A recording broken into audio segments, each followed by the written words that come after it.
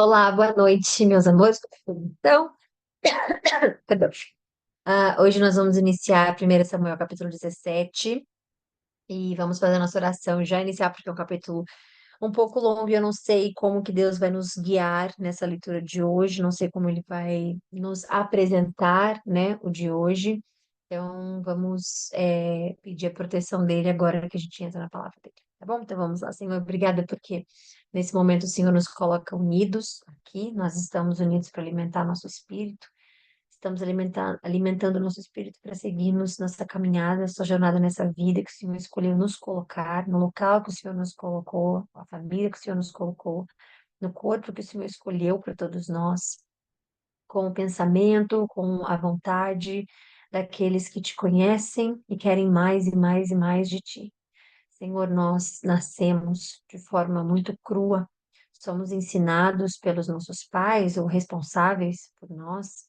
Nós aprendemos, muitas das vezes nós passamos pelas nossas batalhas sozinhos, nós decidimos sozinhos, escolhemos sozinhos, sofremos diversas vezes sozinhos também, nos alegramos sozinhos, passamos por altos e baixos sozinhos, mas é até a gente te encontrar, é até a gente poder saber que o Senhor onipresente está conosco 24 horas, 7 vezes na semana.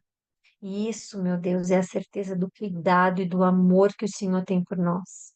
Está tão disponível, está tão presente, meu Deus. Só uma bênção, clamando o teu nome, poderia nos mostrar quão abençoados nós somos.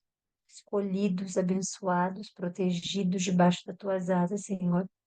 Que bênção começar essa segunda-feira, começar a semana falando de ti, ouvindo do seu nome, clamando o seu nome, e a gente só tem a agradecer, só agradecer por esse momento. A gente vai entrar na sua palavra agora. E a gente pede a sua proteção, a gente pede a sua bênção, Senhor. A gente pede para que o Espírito Santo nos conduza, nos dê a palavra correta, que o Senhor me use. Nesse capítulo de hoje tão importante, nós vamos ver uma pessoa que não era a mais, não parecia ser a escolhida, mas o Senhor a quem deu o poder para ela para que essa pessoa pudesse estar gigante e matar o gigante. Então, que o seu Espírito possa nos dar uma live muito especial, Senhor, espiritualmente cada vez mais rica, de acordo com o que vamos entendendo. Que o Senhor descubra nos nossos olhos, nossos ouvidos, tudo aquilo que nos impede de ver a palavra com clareza, tudo aquilo que nos impede de ouvir da tua própria boca, Senhor, a simplicidade que é te entender, que é te amar, que é te louvar, que é te honrar, meu Deus, temer ao seu nome. Então, que possamos ter essa bênção dessa live glorificada a ti, entregue a ti, e que o Senhor possa nos abençoar para que possamos abençoar o próximo. Agradecemos a força que o Senhor nos dá, a luz que o Senhor nos dá, a proteção que o Senhor nos dá e pedimos para que possamos estar cada vez mais sendo mais de Ti e menos de nós mesmos. Pedimos para que a Sua força, o Seu poder, o Seu nome esteja sobre a nossa vida, que o Teu sangue seja mais poderoso do que tudo aquilo que tenta nos dar medo, tudo aquilo que tenta nos afastar, tudo aquilo que tenta nos amedrontar, Senhor. Que seja pelo Seu sangue, que a Sua força venha pelo Teu Espírito que habita em nós, meu Deus. Agradecemos essa live, entregamos a Ti e pedimos que o Senhor nos abençoe. Me use como canal, põe as palavras corretas na minha boca e nos livre de todos os males que tentam nos parar ou nos afastar de Ti. Em nome de Jesus agradecemos. Essa live é consagrada a Ti, Jesus. Obrigada. Amém. Vamos lá. Então, como a gente já tinha falado, hoje é um capítulo muito importante, porque a gente parou na parte em que Samuel unge, né? Quer dizer, ele, como é que diz? Ele encontra com Davi, que a gente leu, né? Ele encontra com Davi, Davi é maravilhoso, Davi é escolhido, e ele vai chamar a atenção, obviamente, de Saul, né? E aí, que é o não rei mais. Saul não é mais o rei. Algumas pessoas ainda consideram Saul como rei, mas Deus não o consagrou mais. Deus nem respondeu. A gente viu, né, na live antiga que ele até ignorou quando Samuel estava ali. Não, mas Saul isso, Saul aquilo. E Deus assim, querido, tá falando com a coisa errada, com a pessoa errada, no momento errado. Então, hoje a gente vai ver, né, a entrada de Davi da forma com a qual nós precisamos nos ver como Davi. E a gente vai falar o porquê. Então, vamos lá.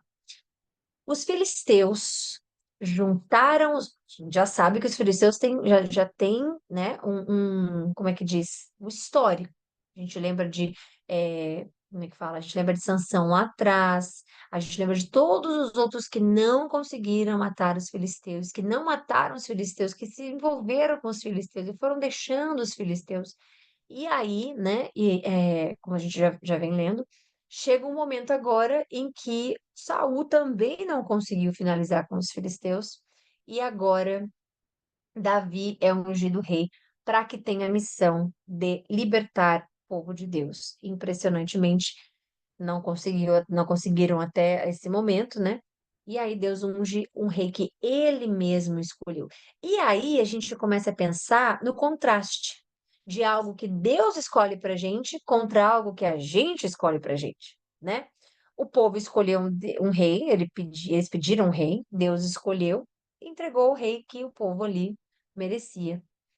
Agora Deus escolhe o rei e vamos ver como vai ser essa história desse rei. Então pensem o contraste sempre daquilo que nós escolhemos para aquilo que Deus quer para nós, daquilo que Deus escolheu para gente, né? Então vamos lá. Os filisteus juntaram suas forças para a guerra e reuniram-se em Socó de Judá e acamparam em Éfes-Damim, entre Socó e Azeca. Saul e os israelitas reuniram-se e acamparam no vale de Elá, posicionando-se em linha de batalha para enfrentar os filisteus. Os filisteus ocuparam uma colina e os israelitas outra, estando o vale entre eles. Um guerreiro chamado Golias, que era de Gate, veio do acampamento filisteu. Tinha 2,90 metros de altura. Então vamos lá. Aqui é a altura de Golias. 2,90 metros de altura. Quando a gente está falando de um gigante, né, daquela época principalmente, as pessoas acham que era assim, uns 10 metros. Não, é impossível. Isso é só história de Bíblia mesmo. Não sei o que, não sei o que. 2,90 metros.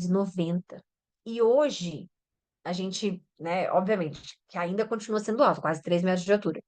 Mas a gente não entendia quando a gente não estudava a Bíblia, né? A gente achava que o gigante era 10 metros de altura, e era algo, né, que muitas pessoas falam, impossível, ninguém entende, né, o background desses gigantes. A gente já viu, né, a forma híbrida de anjo com humano, a gente já viu que isso era um trabalho muito mal feito, né, de Lúcifer, que queria se igualar a Deus. Então, Deus cria o ser humano, ele vai lá e cria uma outra coisa. Deus cria um jardim lindo, ele vai lá e cria... Então, tudo ele quer copiar Deus. Quer copiar Deus absolutamente com tudo. Tudo que Deus faz de mais lindo, ele vai lá e faz, só que numa versão pior, porque ele é o pior. Ele não faz nada absolutamente de bom, nada absolutamente de certo.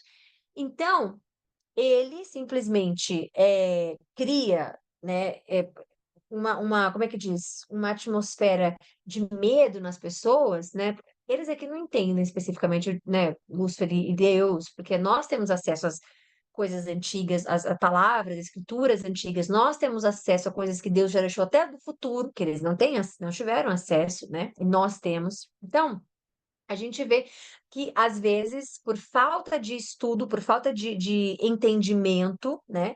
As pessoas, não, devia ter uns 20 metros de altura, uns 10 metros de altura, né? Não, eram 2,90 metros de altura. É uma altura normal? Não, não é normal. Mas, vou fazer um negócio aqui, peraí. Quer ver? Vamos ver. Dá um segundo.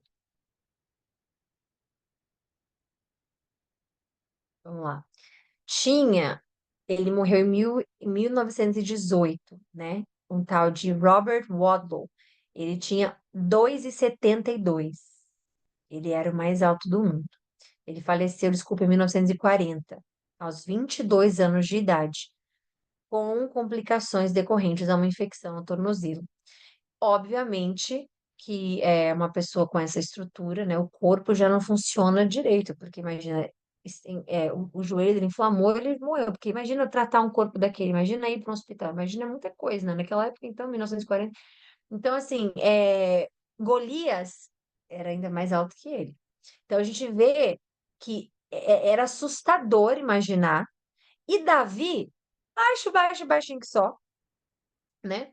Vai lá agora e vai se confrontar com esse medo. Eu não estou falando de se confrontar com Golias. Eu estou falando de confrontar um medo. Por isso que eu quero que vocês entendam Golias como um medo na sua vida. Um medo que você tenha. Qualquer medo que esteja te paralisando, qualquer medo que você não esteja nem nem paralisado, nem paralisada, mas que quer te paralisar. Porque o medo, ele não vem de Deus.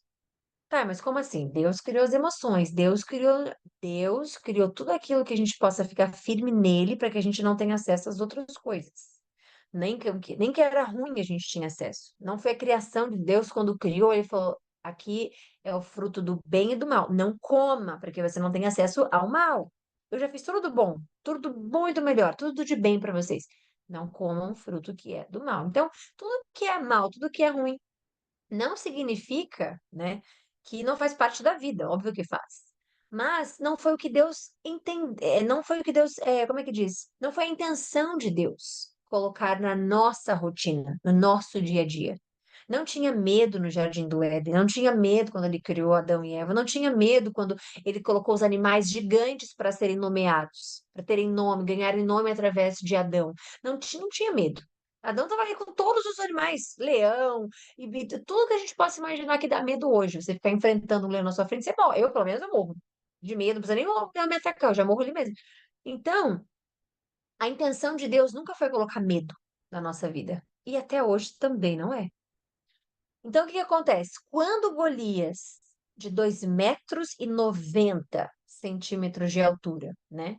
Chega perto de uma pessoa muito mais baixa e algo que, para pessoas normais, algo assustador, aquilo ali paralisa, aquilo ali afasta, aquilo ali destrói, aquilo, né? Destrói no sentido de destruir um objetivo, destruir um sonho, destruir uma vontade, destruir como é que diz? A missão que Deus tem para nós, um propósito. O medo é isso que ele faz. Então, eu quero que vocês entendam Golias, na leitura de hoje, como um medo na sua vida. E pode ser um medo do passado, pode ser um medo do futuro, do presente, e pode ser algo do futuro que você possa estar ansioso pensando. Ai, tô com medo daquilo não acontecer, coisas que 99% daquilo que você teme e pensa não vai acontecer. Isso é um estudo já feito e comprovado. Então, eu quero que vocês vejam Golias hoje como algo que te paralisa, algo que te faz ter medo mesmo. E vamos continuar. Ele usava um capacete de bronze, vestia uma couraça de escamas de bronze que pesava 60 quilos. Nas pernas, ele usava caneleiras de bronze e tinha um dardo de bronze pendurado nas costas. A haste da sua lança era parecida com uma lançadeira de tecelão e a sua ponta de ferro pesava 7,2 kg. Seu escudeiro ia à frente dele. Golias parou e gritou às tropas de Israel: por que vocês estão se posicionando para a batalha? Não sou eu um filisteu? E vocês os servos de Saul?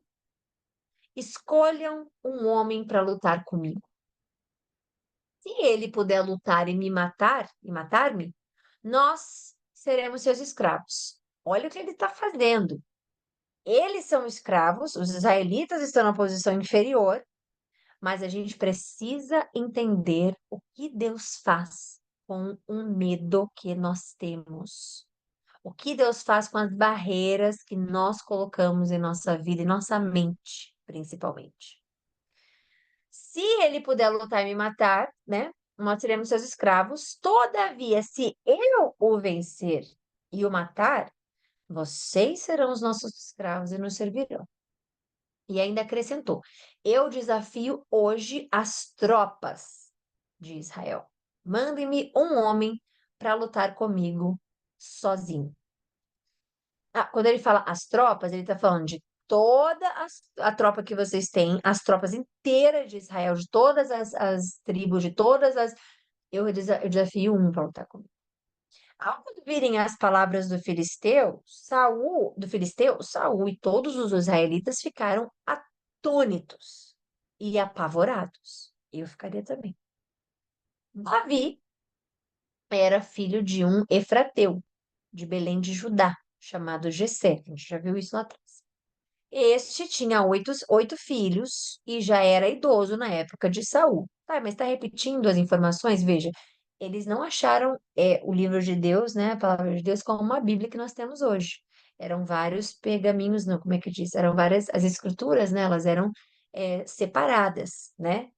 O formato Bíblia que nós temos, de colocar tudo junto, Bíblia Sagrada, colocar tudo junto, né, que isso é a palavra Bíblia mesmo, mas a Sagrada ela foi encontrada, obviamente, de partes em partes, né? Então, muitas coisas Deus repete, porque não está escrito, para o nosso entendimento, toda vez que ele repete é para enfatizar algo. Mas para o entendimento mais aberto, digamos assim, no sentido não tão espiritual, mas também sendo espiritual, obviamente, está escrito de formas que vão se repetir, porque vai ser uma parte achada, outra parte achada, outra parte achada, e aquilo ali serviria para eles naquele momento. Porque se eles não tivessem 1 Samuel capítulo 17, que a gente tem tudo organizado hoje, mas se eles não tivessem capítulo 17, né, quando obviamente a palavra foi escrita, lá na frente, eles saberiam do que estão dizendo, do que está escrito, do que está falando. Então, Deus muitas vezes repete. Agora, para o lado espiritual, tudo que Deus repete é para enfatizar. Absolutamente tudo. Bom, então vamos lá. Ao ouvirem as palavras, Davi era filho de Jessé e já era dos netos. Os três filhos mais velhos de Jessé, que a gente também viu ontem, sexta-feira, tinham ido para a guerra com Saul. Eliabe, o mais, desculpa, Eliabe, o mais velho, Abinadab, o segundo, e Samá, o terceiro. Davi era o caçula. Os três mais velhos seguiram Saul, mas Davi, ao ir ao acampamento de Saul, e voltava para apacentar as ovelhas de seu pai em Belém. Durante 40 dias, o filisteu aproximava-se de manhã e de tarde e tomava posição. Nessa ocasião, Jessé disse, veja bem, durante 40 dias, esses 40 dias já é emblemático para nós, a gente sabe dos 40 dias, 40 noites, tanto Moisés quanto Jesus passaram pelos 40 dias, né? É um número simbólico, muitas coisas você pode ver esse número 40 como várias coisas, como, por exemplo, é, recomeço, como preparação, como muitas coisas, né? Durante 40 dias, o filisteu Golias aproximava-se de manhã, de tarde, de noite. Então, é uma posição para o ataque, né? Esperando vir aquele que foi escolhido para lutar contra ele. Nessa ocasião, Jessé disse a seu filho Davi: pegue uma arroba era uma forma de medição, ok? Um arroba de grãos tostados e 10 pães e leve-os rapidamente para seus irmãos no acampamento. Ou seja, Davi não estava com eles lá. Davi não foi nem escolhido para estar no exército. Davi só apacentava as ovelhas. Davi era o menos propício a estar num local como guerra, porque ele era mais novo, porque ele era mais baixo, porque ele era. Então, tudo fazia uma mais baixo no sentido assim, comparado aos outros mais velhos, porque ele era criança, obviamente. Então, se ele era mais jovem, aliás, é obviamente que a estatura dele era menor do que os irmãos, né? Então, nessa ocasião, Jessé disse a seu filho, pegue um roubo de grãos. Ele estava querendo alimentar os filhos, que ele sabia que os filhos estavam na guerra. Então, ele queria alimentar os filhos. Olha, leva lá para os seus irmãos para que eles possam se alimentar.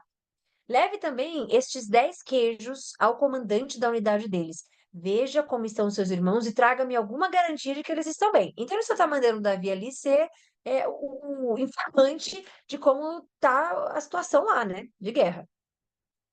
Então, não, peraí, desculpa. E eles estão com Saul e todos os homens de Israel no vale de Elá, lutando contra os filisteus. Levantando-se de madrugada, Davi deixou o rebanho com outro pastor, pegou a carga e partiu conforme Jessé, seu pai, lhe havia ordenado. Chegou ao acampamento na hora em que um grito de batalha. Você sabe essa coisa de na hora certa, não é a hora certa? Isso não existe. Não existe uma hora errada para Deus.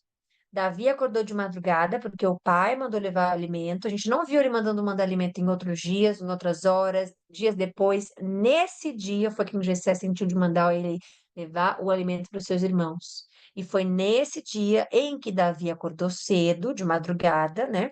Pegou a carga que tinha e foi para que pudesse fazer o que o seu pai tinha mandado. Quando ele chegou lá, aí olha isso aqui, ó. Na hora em que ele chegou ao acampamento, com grito de batalha, o exército estava saindo para suas posições de combate. Israel e os filisteus estavam se posicionando em linha de batalha frente a frente. Davi deixou o que havia trazido como responsável pelos suprimentos, correu para a linha de batalha para saber como estavam seus irmãos. Até aqui, ele está fazendo absolutamente o que o pai dele mandou. Está indo pegar as informações de como estavam os irmãos, entregou para o responsável pelos suprimentos tudo aquilo que o pai dele, né, tinha ordenado de fazer, ele foi. Enquanto conversava com eles, os irmãos, todos eles israelitas ali, se preparando para a luta, Golias, o guerreiro filisteu de Gate, avançou e lançou seu desafio habitual. Qual era o desafio habitual? Chegava lá de manhã, tarde e noite, esperando alguém que fosse lutar com ele. Ele chegava, quem é que vai lutar comigo? Quem é que de manhã, tarde e noite, buscando. E todos eles atônitos, nenhum deles, né? Obviamente, todos eles com medo de lutar, nenhum deles ia para de fato enfrentar Davi. Vamos falar de novo isso aqui. Eu quero que vocês entendam hoje, nessa live, Golias como o maior medo de vocês, ou um médio medo de vocês, ou um menor medo de vocês. Tudo que tiver te paralisando, tudo que tiver te afastando de Deus, porque você acredita que seja impossível, muito difícil, não vai dar certo, vai demorar muito, tudo aquilo que te colocar um período de hiato, ou te afastar, ou te deixar como é que eu digo, descrente, ou que te colocar numa posição de igual de Davi, por exemplo, só que ele não pensava assim, mas de quem pensava nele, eu sou o menor de todos, eu sou o menos preparado, eu sou isso, eu sou aquilo. Pense que Golias representa tudo aquilo que te dificulta a vida, ou tudo aquilo que te faz não crer no poder de Deus especificamente. Não tá, mas eu acredito no poder de Deus. Mas se te colocarem numa situação hoje na qual você precisa de fato dizer, sim, eu não tenho medo, ou não, eu tenho medo, tanto faz. Quer dizer, o contrário. Sim, tenho medo, não, não tenho medo. E te colocar numa situação realmente, o que você faz? Você só joga na mão de Deus e vai? Ou você pensa, pondera, fica com medo, receio, ansiedade, pavor, paralisa? Como é que é? Como é que funciona com você? Então, ponha Golias hoje como tudo aquilo que te paralisa, tudo aquilo que faz você pensar que você pode ser muito pequeno para tanta coisa que Deus tem para você, ou que aquilo que você está enfrentando é muito maior do que você. Faça isso, porque agora vai iniciar o momento no qual a gente vai entender o que que Deus faz com esse tipo, de pensamento, dois, de atitude, três, de fé, quatro, de. Então, por favor, façam isso agora, tá bom? Enquanto conversava com eles, Golias, o guerreiro filisteu de Gate, avançou e lançou seu desafio habitual e Davi ouviu. Então aqui, Davi não estava na hora certa, no momento certo, com isso certo. Não estava. Davi veio 40 dias se preparando, fazendo até o dia em que Deus, né, falou: olha, o Jessé vai mandar ele lá entregar o queijo, entregar todos os suprimentos, e agora vai de fato iniciar o momento. Então, Davi ouviu esse guerreiro falando: olha, quem é que vai lutar contra mim? Quem é que vai fazer isso? Só que ele não estava na hora certa, no momento certo, porque se fosse assim, a gente dependeria do acaso. E a gente não tem como depender do acaso. Nada é por acaso. O acaso é algo que não pode existir se você crer em Deus, se você crer na soberania de Deus, se você crer que Deus tem acesso absoluto à sua vida, se você crer que Deus tem a sua vida na palma da mão dele, que ele tem o seu futuro, o seu presente, o seu passado com ele, você não pode acreditar em acaso. Você não tem como acreditar nisso. Por quê? Senão você estaria colocando à prova aquilo que ele tem poder sobre na sua vida, na sua história. Então, Davi foi designado para uma coisa, né? A gente viu Deus falando com Samuel. Davi foi escolhido para isso. E assim é você, e assim são as suas histórias, e assim é como se você pensar que você foi escolhido. Ah, mas por que eu? Eu? O que eu tenho de diferente? O que eu tenho de especial? O que eu tenho de. Como é que pode ser eu? Eu não posso ser eu. O que eu tenho? Se você conseguir pensar que você foi escolhido, se você conseguir pensar que Davi era igual, Davi não se achava o mais inteligente, Davi não se achava absolutamente nada. Mas não se esqueçam que Deus colocou o Espírito Santo dele em Davi. Então, o poder não vem de Davi. A força não vem de Davi. A coragem não vem de Davi. E ela não vai vir, a coragem não vai vir de você. A força não vai vir de você. Como é que diz? A, não sei, o que quer que seja que te faça ir à frente, que te faça seguir, não vem de você. Entenda isso, porque você se coloca num lugar de humildade no sentido de dependo de Deus para ser corajoso, para ser forte, para ser sucedido, para ser sucedida, para ser menos ansioso, para ser menos ansiosa, para enfrentar os meus medos. Dependa de Deus. Não queira fazer tudo nas suas próprias mãos. Não queira ter poder sobre a sua própria vida. Não queira, não queira. Entregue aquele que você confia. Davi não é poderoso, não é forte, não é. Deus habilitou Davi para tal. A gente viu na sexta-feira que o Espírito de Deus tomou posse de Davi. Ele estava em Saul, saiu de Saul, foi para Davi, algo que não acontece com a gente, porque o Espírito Santo de nós hoje é selado, ok? Nós somos selados no Espírito Santo por conta de Jesus.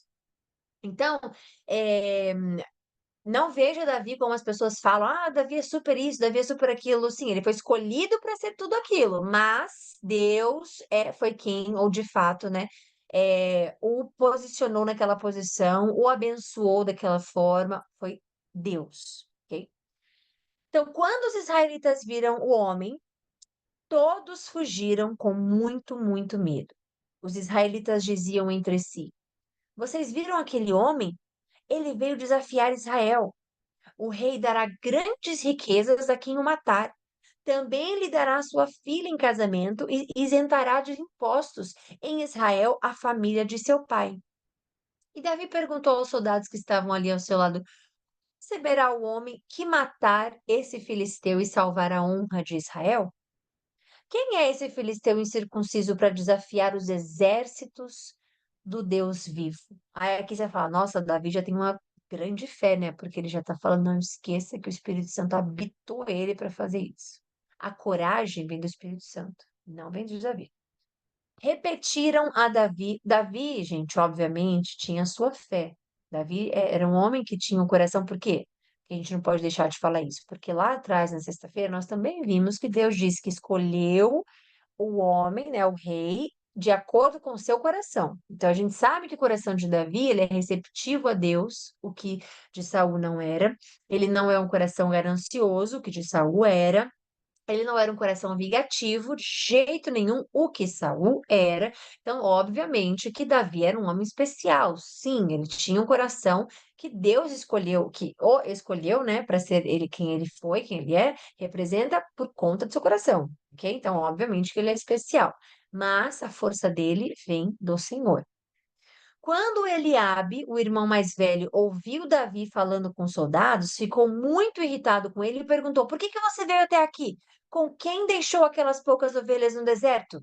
Sei que você é presunçoso e como seu coração é mau. Olha que coisa triste, porque ninguém tem acesso ao coração de ninguém, só Deus tem. A gente já viu isso mil vezes. Mas olha o que acontece uma pessoa com julgamento para com outra, né? Então, o irmão de Davi aqui falando com seu coração é mau. Como ele pode falar o coração dele é mau quando Deus sabe que o coração de Davi não é mau, né? Então, tá aí uma outra prova de que o nosso julgamento nos cega completamente. Por que que Deus fala para não julgarmos as pessoas? Deus não fala para não julgar as atitudes. Deus fala para não julgar as pessoas. As atitudes é necessário você julgar para o seu próprio bem, seja ele na sua vida pessoal, emocional. seja em quem você quer confiar ao redor, em quem você vai juntar sua tribo, né? Digamos assim. Então, Deus fala na palavra que a gente não deve julgar a pessoa. Aquela pessoa é bonita, aquela pessoa é feia, aquela pessoa é alta, aquela pessoa é baixa, aquela pessoa. Aqui, isso você não pode fazer pela aparência, principalmente porque Deus foi quem escolheu a aparência dela, né? Ou a própria pessoa, porque hoje em dia todo mundo muda a aparência de muitas vezes, então a gente está falando no sentido de ser quem ela é. Deus escolheu aquele corpo, aquela pessoa, a estrutura da pessoa Deus escolheu. Então a gente não pode julgar a pessoa. Agora, as atitudes, nós temos a obrigação de fazer isso, principalmente dentro da própria igreja, que é o que Paulo diz, a gente vai ver isso no Novo Testamento. Porque você não pode se juntar com pessoas que você, carregando o nome de Cristo, por exemplo, não vai edificar aquelas pessoas, você só está ali para poder se misturar e ser aceito, e você carregar o nome de Cristo para aquele lugar, porque você vai ser visto como aquela pessoa ou aquele grupo de pessoas, né? Então, o julgamento é algo muito peculiar, porque as pessoas entendem que não, Deus fala para não julgar a pessoa. As atitudes, sim, julgue porque é necessário. Agora, julgar não é você condenar a pessoa pela atitude dela, é você entender, não quero estar perto, não quero fazer parte desse grupo. Ah, essa pessoa tem atitudes boas, essa pessoa tem atitudes que são honrosas, com princípios, eu quero ficar para essa pessoa, é uma coisa. Então, não adianta a hipocrisia das pessoas, ah, eu não julgo, a gente julga o tempo inteiro. A gente julga o dia, ah, tá muito sol, então, ai, que saco, esse dia não tá, já julgou.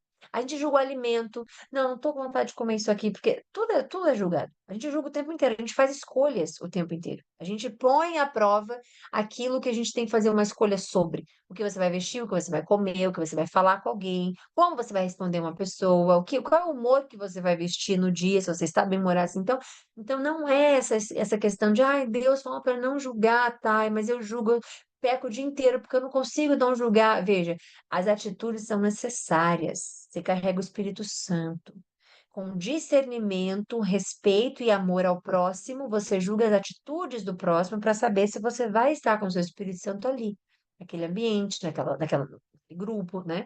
Então é necessário. Agora, olha como se é julgado errado, é por isso que você não pode julgar. Olha que coisa errada. Ele falando que Davi tinha um coração mau. Aí ele fala, você só veio para ver a batalha. E qual seria o problema, gente? Né? E disse Davi: O que fiz agora? Será que eu não posso nem mesmo conversar? Então você já vê, se ele pergunta o que fiz agora, isso significa que os irmãos dele já pegavam no pé dele. Já, sabe, confrontavam ele, já não eram felizes com ele, ou implicavam com ele. Porque fiz agora, né? Ele tá falando, poxa, eu não fiz nada. Então ele se virou para o outro e perguntou a mesma coisa. E os homens responderam-lhe como antes. Mesma grosseria, mesma coisa. As palavras de Davi chegaram aos ouvidos de Saul, que o mandou chamar. E Davi disse a Saul: Ninguém deve ficar com o coração abatido por causa desse filisteu. Tua servo irá e lutará com ele. Isso aqui foi o que ele falou, o que ele está falando aqui, o que Davi falou, é que ele falou assim, ó, quem é que pode lutar contra, desafiar os exércitos do Deus vivo? E aí Saul foi lá e falou: Ninguém deve ficar com o coração abatido por causa desses filisteus. Teu servo irá e lutará com ele. E respondeu Saul: Veja, Davi falando para Saul, né? Por conta daquilo que ele falou lá em cima. Não pode. Então, vocês precisam entender que ninguém pode ficar com medo. Quem é que vai julgar o exército de Deus? Então, Davi está confrontando Saul, está falando: não, isso não pode. Eu vou lá e vou fazer. O teu servo, ele, Saul, ele, Davi. O teu servo vai lá e vai lutar com ele. E aí respondeu Saul para ele: Você não tem condições de lutar contra esse filisteu. Olha o julgamento da aparência. Por que que ele não tem condição, né? Por alguma coisa que foi julgada pela aparência. Tamanho, independente se ele era forte, se ele não era forte. E o que que Deus falou para Samuel? Deus não vê com os olhos do homem. É isso que Deus falou para Samuel. Então, é importante a gente entender isso aqui. Quando ele fala, você não tem condições de lutar contra esse filisteu, é a mesma coisa da gente falar, eu não tenho condições de vencer aquilo, eu não posso fazer aquilo, é muito difícil para mim, ou eu tenho medo disso especificamente. Isso é muito importante da gente prestar atenção, né? Então, só um minutinho, peraí, rapidinho.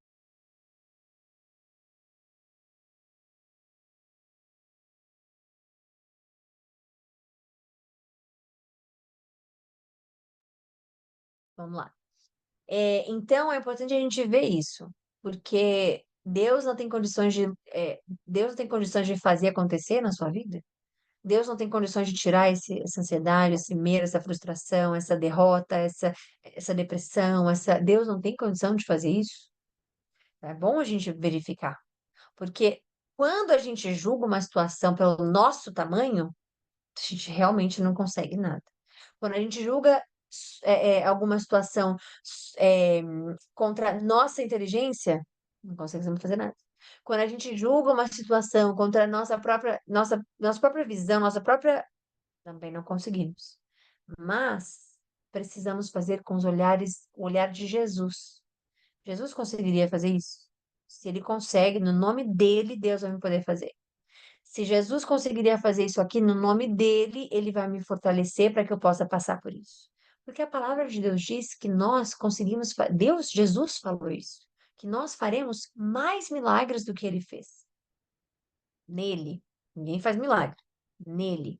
Clamando o nome de Jesus. Por isso, quando Pedro estava andando, eles estavam andando e viram o coxo, né, sentado, pedindo dinheiro, e falou: Não tenho, mas o que eu tenho eu te dou. Levanta e anda em nome de Jesus. E ele levantou pulando. Ele não levantou, ai, vamos lá, minha perna. Ele levantou pulando, não andava a vida inteira.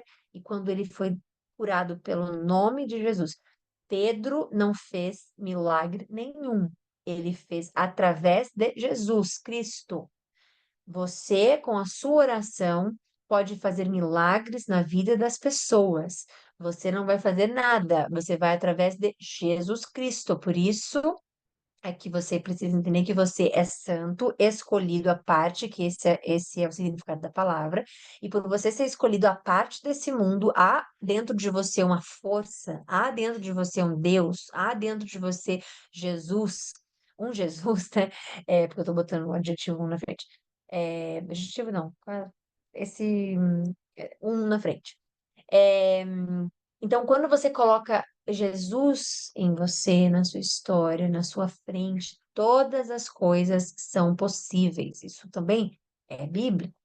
Então, ninguém fez milagre. Deus faz milagre através de quem crê nele, porque tem uns que crê nele e também faz milagre, mas não é de Deus, tá? Então, quando a gente está vendo a gente se colocar nesse lugar, né? Saúl dizendo para ele, você não tem condição de lutar. Isso é o que o mal faz na nossa cabeça. Você não vai conseguir vencer isso. Não, você não vai. É assim, é muito difícil. Ou então você não é preparado. Você não é preparado academicamente, ou você não é preparado espiritualmente, ou você não é preparado fisicamente, ou você não é preparado. E a gente vê milagres de Deus sendo feitos todos os dias. Então, veja, você é apenas um rapaz. Quantas vezes a sua própria cabeça falou? Você é só isso, você é apenas aquilo, você é somente aquilo, você não consegue. Quantas vezes? E quantas vezes é necessário a gente orar e se lembrar que o diabo ele fica nos rodeando como um leão para abocanhar, isso é bíblico, para nos abocanhar, tirar nossa fé, tirar nossa coragem, tirar tudo aquilo que é atributo de Jesus que habita em nós, né? Então, imagina que você tá vendo aqui agora, a resposta de Saul, como o mundo dá a você a resposta. Seja, novamente, a vida emocional, espiritual, profissional, física, independente disso. Como te veem, como te julgam. Por isso que é necessário, número um, você nunca se comparar com ninguém. A comparação não vem de Deus. Deus nunca comparou um com o outro. Deus nunca falou. Quando Deus falava de um e para outro, por exemplo, se ele estivesse falando de Saul com Davi, a gente viu aquele falando, falou de Davi uma coisa, de Saul uma coisa, mas não comparou, não falou, olha, esse aqui é muito melhor, porque esse aqui, isso e aquilo, Deus pode sim destacar diferenças, mas é diferente de comparar como nós fazemos. Ah, se aquele tem, eu também posso, se aquele não tem, eu posso, ah, porque ele é melhor que eu, porque eu sou melhor que ele, porque ela é melhor isso, porque... Então, essa comparação não vem de Deus. Quando a gente vê alguém falando, você é só isso, você é só aquilo, muitas das vezes está ligado a traumas das pessoas que lá atrás viveram em comparação o tempo inteiro. Eu conheço muitas pessoas que comparam o tempo inteiro. Ah, eu fiz isso, mas é porque aquilo. Tem gente que você vai falar: Oi, bom dia, e aí, como é que você tá? Nossa, tô bem, e você? Ah, sim, acabei de fazer uma viagem, fui para a cidade ali vizinha. A pessoa nem comenta sobre a sua viagem, ela já fala: Eu também fui. Ou ela fala: eu vou semana que vem, eu vou mês que vem. Não participa com você do momento que você está dividindo, mas quer comparar. Então, a comparação ela é algo muito perigosa, porque você não vê quem você é, você não vê a força que você tem, você não vê o Espírito Santo que habita em você. A sua história nunca vai ser igual à minha. A minha nunca vai ser igual à sua. As suas batalhas nunca vão ser iguais à minha. As minhas batalhas nunca vão ser iguais à sua. Por quê? Porque cada um tem a sua vida, cada um tem a sua história, cada um tem o seu processo com Deus. E Deus lapida cada um de nós separadamente. A salvação é separada, tudo é separadamente. Agora, estarmos em um local só, por exemplo, como aqui, lendo a palavra de Deus, todos nós estamos sendo lapidados. Ou numa igreja, você está sendo lapidado, porém na sua particularidade. Então, quando você pensar, eu não tenho condição de fazer isso, eu não tenho condição de lutar contra essa eh, situação na minha vida, eu não tenho força para aquilo. Realmente você não, mas o Espírito Santo em você tem, clame-o. Chame-o. Coloque para dentro da sua história, para dentro da sua vida, tudo aquilo que Deus capacita você, eu e todos nós que possamos ouvir a palavra de Deus a fazer. Então, se Deus te colocou numa situação, isso também, a gente vai ver isso mais lá na frente, tá? Se Deus te colocou numa situação, ele vai te equipar para tal. Você acha que você não consegue. Você acha que você não é forte o suficiente. Você acha que você não é bom o suficiente, que você não é boa o suficiente. Você acha que você é ansioso demais para isso. Você acha. Mas se Deus te colocou, vem te preparando, ou mesmo que ele te prepare, que ele comece a te preparar a partir de agora, se ele te colocou numa situação, ele te deu ferramentas para isso. Você só não descobriu ainda, ou você não tinha descoberto até esse momento de agora. Clame a Deus, independente da batalha que você esteja, independente do momento em que você esteja. Você fala: Senhor, se o Senhor me colocou aqui, o Senhor também me equipou para estar aqui e vai me equipar para estar lá. Porque é assim que funciona. Você vê todas as guerras de Deus aqui que a gente já viu, nenhuma deles eles vão se preparado. Deus preparou eles lá atrás, Deus vem preparando eles lá na frente, Deus está preparando agora, e tudo isso é necessário numa comunhão com Deus, porque senão a gente não entende. O timing vai ser sempre demorado. Ah, minha vida nada muda, as coisas da minha vida, porque se você estiver em comunhão com Deus, Deus está te preparando a partir do momento que você diz: Senhor, me prepare para todas as coisas da minha vida, Senhor, me leve, que o Senhor me dê força, que o Senhor me dê. E quando você está equipado, nada, absolutamente nada te para. Davi só tinha o Espírito Santo. E esse só era tudo. Então, é importante você entender que você pode não ter tudo que você acha que é importante, mas você tem o Espírito Santo. E só ele basta para qualquer outra coisa na sua vida. Aí você vai chamar de milagre, mas Deus sabe que é a força dele em você. Você vai dizer: Eu fiz isso por milagre, eu consegui isso por milagre, isso aqui foi um milagre. Não. A força que habita em você já é um milagre. Você, logo, portanto, é um milagre.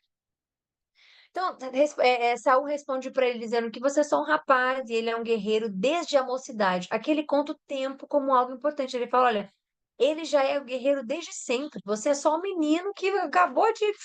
Você não vai conseguir. Davi, entretanto, isso que é importante a gente ver aqui, ó. Disse a Saul: Teu servo toma conta das ovelhas de seu pai. Ele já tem o quê? Responsabilidade. Quando aparece um leão ou um urso e leva uma ovelha do rebanho, eu vou atrás dele. Coragem. Atinjo-o com golpes e livro a ovelha de sua boca. Força. Tudo isso está no Espírito Santo. Você vê, só uma frase de Davi já nos deu três características que o Espírito Santo nos dá, porque é atributo dele, isso é bíblico. Ele toma força, ele toma as ovelhas do seu pai, ele é responsável. Ele, quando aparece um leão e um urso, ele vai atrás, ele é corajoso e ele atinge com golpes, ele é forte. Tudo isso é o que Jesus pode fazer na sua vida. te dar responsabilidade, te dar coragem e te dar força. Quando se vira contra mim, eu o pego pela juba, atinjo com os golpes até matá-lo. Inteligência. Teu servo é capaz de matar tanto um leão quanto um urso. Fé. Esse filisteu incircunciso será como um deles. Ele sabe quem ele é. Pois desafiou os exércitos do Senhor Deus vivo. Lealdade e confiança em Deus. O Senhor que me livrou das garras do leão, desculpa. O Senhor que me livrou das garras do leão, ele não falou aqui em cima, eu mato porque eu sou forte. Ele falou, quando aparece, eu mato. Quando aparece, eu vou atrás. Tudo isso é porque Deus está dando para ele. Não, tá, não é não. Olha o que ele fala aqui, ó. O Senhor que me livrou das garras do leão e das garras do urso, me livrará das mãos desse filisteu. Então você entende que é Deus? Você entende que é o Senhor? Você entende que tudo na sua vida, independente do tamanho do seu Golias, se você clamar, se você. Tudo que a gente acabou de falar aqui veio da coragem, da fé, da obediência, veio da inteligência, da forma que ele pega o leão, tudo mais. Tudo isso são atributos do Espírito Santo. E tudo isso habita em você. Tá, mas eu não sinto. Clame. Tá, mas eu não acredito que eu possa. Comece a acreditar. Tá, mas eu não sei se você não sabe, mas Deus sabe. A fonte das suas respostas, das suas perguntas, desculpa, a fonte das suas perguntas, a resposta de todas elas está nele. Não adianta buscar sozinho. Diante disso, Saul disse a Davi: Vá e que o Senhor esteja com você. Então Saul, esse esteja com você não é tipo algo aleatório. Tipo assim, ah, vai com Deus. Não. É fale e que a sua palavra tenha significado. Vá com Deus, que Deus realmente esteja com você. Aqui é a mesma coisa, que o Senhor esteja com você. Então Saul vestiu Davi com a sua própria túnica, colocou-lhe uma armadura e, e um capacete de bronze na cabeça. Davi prendeu sua espada sobre a túnica e tentou andar, pois não estava acostumado com aquilo. Então você está vendo que ele não nasceu preparado, que ele não estava preparado para a luta com armas, com isso, com aquilo, porque não era isso que ia fazer ele vencer. Não consigo andar com isso, pois não estou acostumado. Chega a ser fofinho você ver isso, né? Mas aquele momento ali não tem nada de fofinho. Aquele momento ali é assim, ó, eu não sei usar isso aqui, não. Eu não preciso disso aqui, não. Que o Espírito Santo empoderou ele de uma forma, colocou nele uma coragem, uma força, de uma forma, que ele tirou tudo aquilo. E em seguida pegou seu cajado, escolheu no riacho 5 pedras lisas, colocou-as na bolsa, isto é, no seu alforje de pastor, porque era pastor, né? Pastorava as ovelhas, com sua tiradeira na mão. E aproximou-se do Filisteu. Filisteu, somente um, o Golias, tá? As outras 4 pedras, muita gente pergunta, por que 4 pedras? Por que não, por que 5, aliás, né? Por que 5 pedras? Entende-se, alguns historiadores, né, alguns estudiosos dizem que é porque Golias tinha 4 irmãos, né? Então ele pegou um para cada, para representar ali cada irmão que ele mataria. Algumas pessoas dizem que é isso, outras pessoas dizem que são outras coisas. Enfim, enquanto isso, o filisteu, com seu escudeiro à frente, vinha se aproximando de Davi. Olhou para Davi com desprezo, porque é isso que acontece. Quando alguém se sente empoderado, quando alguém se sente forte, quando alguém se sente. Não vindo de Deus, né? Quando alguém se sente maior que você, melhor que você, mais forte que você, com mais fé que você, ou com mais poder que você, ou mais influência que você. Quando alguém faz isso, ela olha qualquer pessoa para baixo, com desprezo. Ela olha para as pessoas. E isso que é o ponto principal quando a gente se depara com situações que nos dão medo, situações na qual elas nos confrontam, né? Elas nos colocam em dúvida o nosso valor, a nossa força, né? Ela intimida a gente. É isso que acontece. Nós descemos, nós perdemos a amor próprio, mas não seria um amor própria palavra, mas assim, autoconfiança, obrigada, assim, a autoconfiança. Você perde a sua autoconfiança. Você fala, realmente, eu não sei. Porque aí você começa a se comparar. Aquela pessoa tem tanto poder, aquela pessoa tem tanto isso. Olha pra mim, olha pra minha vida. É isso o que acontece.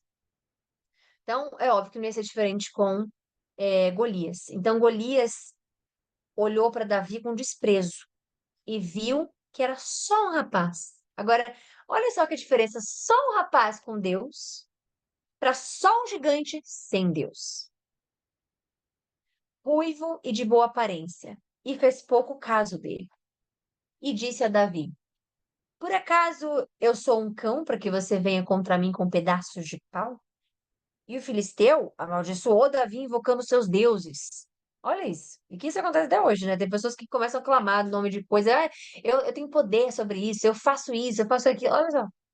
E o filisteu amaldiçoou Davi invocando seus deuses.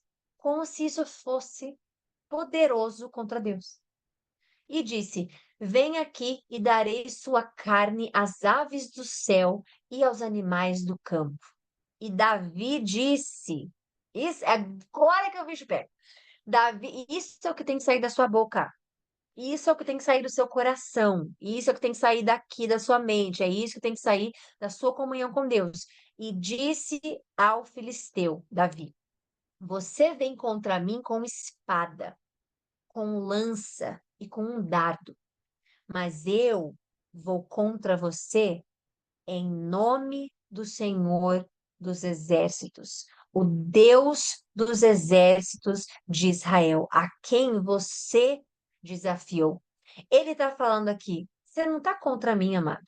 Você não está querendo me matar, não, não sou eu aqui, não.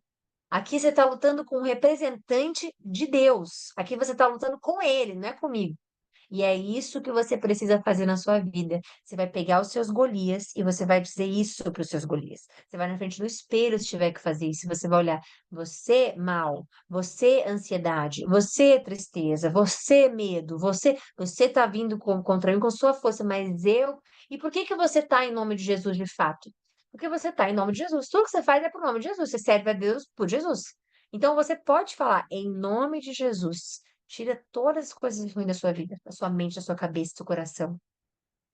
Hoje mesmo o Senhor o entregará nas minhas mãos e eu o matarei. Olha a convicção que ele tem, a certeza que ele tem. E eu o matarei, cortarei a sua cabeça. Hoje mesmo darei os cadáveres do exército do filisteu às aves do céu e aos animais selvagens. E toda a terra saberá que há Deus em Israel. Todos que estão aqui saberão que não é por sua espada, desculpa, que não é por espada ou por lança que o Senhor concede vitória. Preste atenção nisso aqui. Olha essa coisa mais linda. Não é por espada ou lança que o Senhor concede vitória, pois a batalha é do Senhor, e ele entregará todos vocês em nossas mãos. Quando o filisteu começou a vir na direção de Davi, este correu depressa na direção da linha de batalha para enfrentá-lo. Retirando uma pedra de seu alforje, ele arremessou com a tiradeira e atingiu o filisteu na testa, de tal modo que ela ficou encravada. E ele caiu, com o rosto no chão. Assim, Davi venceu o filisteu com uma tiradeira e uma pedra. E Deus faz questão de dizer pra gente aqui que foi com uma tiradeira e uma pedra, tá? Não é com tudo isso aí, volta preparado, veio com a força, veio gritando, veio com escudo, veio com uma tiradeira e uma pedra. Veja essa mensagem de hoje. Para Deus, você vence com a palavra dele. É ele dizer vença e você vence.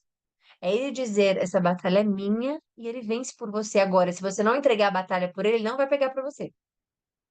E por você. Ele não vai dizer assim, não, dá aqui essa batalha, eu vou. Entregue a Ele todos os dias, até você alcançar a vitória que você deseja.